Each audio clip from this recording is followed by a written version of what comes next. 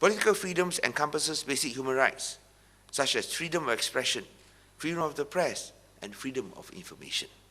It also significantly refers to public participation, checks and balances, the need for democratically elected bodies at all levels, as well as institutional respect for the rule of law. Economic facilities are defined as the availability of access to economic resources, markets, and as well as female participation in the workforce, while social opportunities refer to education, health, and other community facilities that allow individuals to gain better agency. Transparency guarantees are meant to ensure a mechanism for seeking justice, the prevention of corruption, abuse of power and conflict of interest through public disclosure of information. And finally, protective security talks about the need for the state to provide a social safety net to mitigate deprivation and poverty caused by epidemics, natural disasters, and war. These 5 forms of human freedom described by Sen are complementary and interrelated concepts that encompasses processes as well as opportunities. They are both a fundamental aspect as well as an enabler to achieve development. In other words, they are not only the means, but also the ends. We must understand that Sen's hypothesis is centered on the idea that freedom is development. By providing the instruments of freedom to an individual, we will enhance the ability of individuals to fulfill their own potential and capabilities.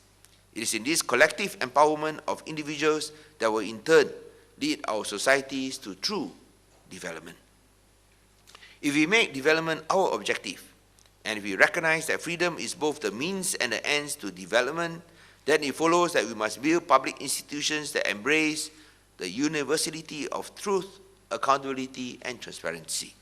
After all, Sen's parameters of human freedom entails the fulfillment of basic human rights, political equality, socio-economic justice, equitable access to opportunity, fairer distribution of wealth, integrity in leadership, and commitment to the rule of law.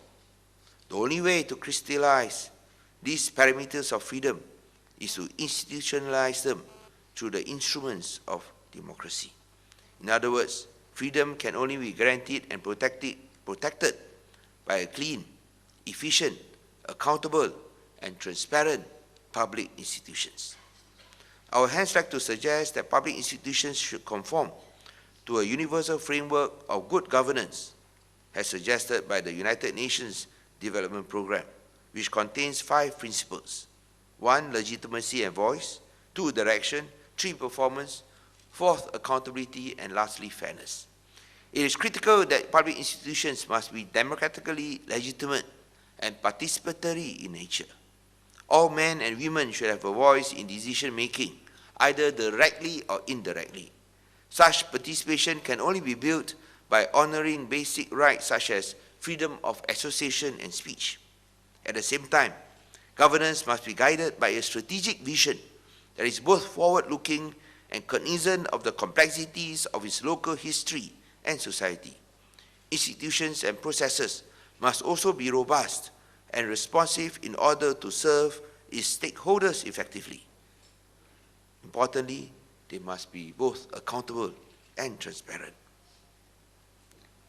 Lastly, governance of public institutions must be fair and provide equality regardless of gender or skin color. Above all, it is imperative that institutions are guided by rule of law. However, we must ensure that the law is responsive to freedom, justice, and the tenets of human rights. These 5 UNDP principles of good and clean governance must act as our guide if we wish to achieve development without compromising on freedom and democracy. In this regard, Penang's commitment towards clean governance is exemplified by CAT of competency, accountability, and transparent administration. CAT has managed to arrest the graceful decline of Penang over the 18 years prior to 2008. Based on CAT principles, we became the first state in Malaysia to introduce open competitive tenders for all public procurements and supplies. To the outside world, this is the norm, but in Malaysia, it is ground-shattering. We were immediately subject to a barrage of criticisms from various quarters who felt that their rice bowls were threatened. And of course, the cronies always have the loudest voice. But we persevered, and by implementing open competitive tenders, we effectively eliminated the opportunity for corruption. Previously, contractors had to seek out middlemen for projects. Now everything is done online through our e-procurement system in the internet. Where previously the road to a government contract required political connections, now it only requires an internet connection.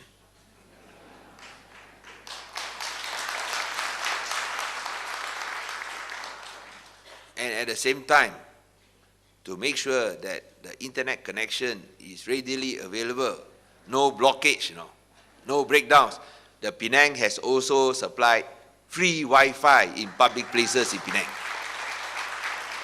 So for our guests, you can enjoy the facility of free Wi-Fi in public places in Penang.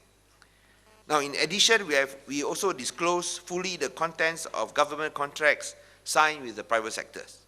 We have also passed the Freedom of Information Act, which allows disclosure of government contracts for public scrutiny.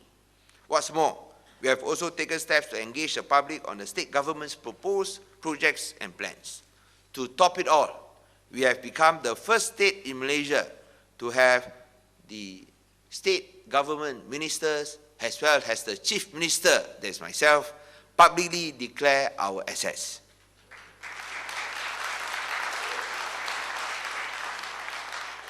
And if you are keen to know how many houses and cars I own, go to our website and you can see me naked financially. More recently, we have sought to empower more decentralized decision-making by passing the Local Government Elections Enactment as part of our commitment to restore local government elections.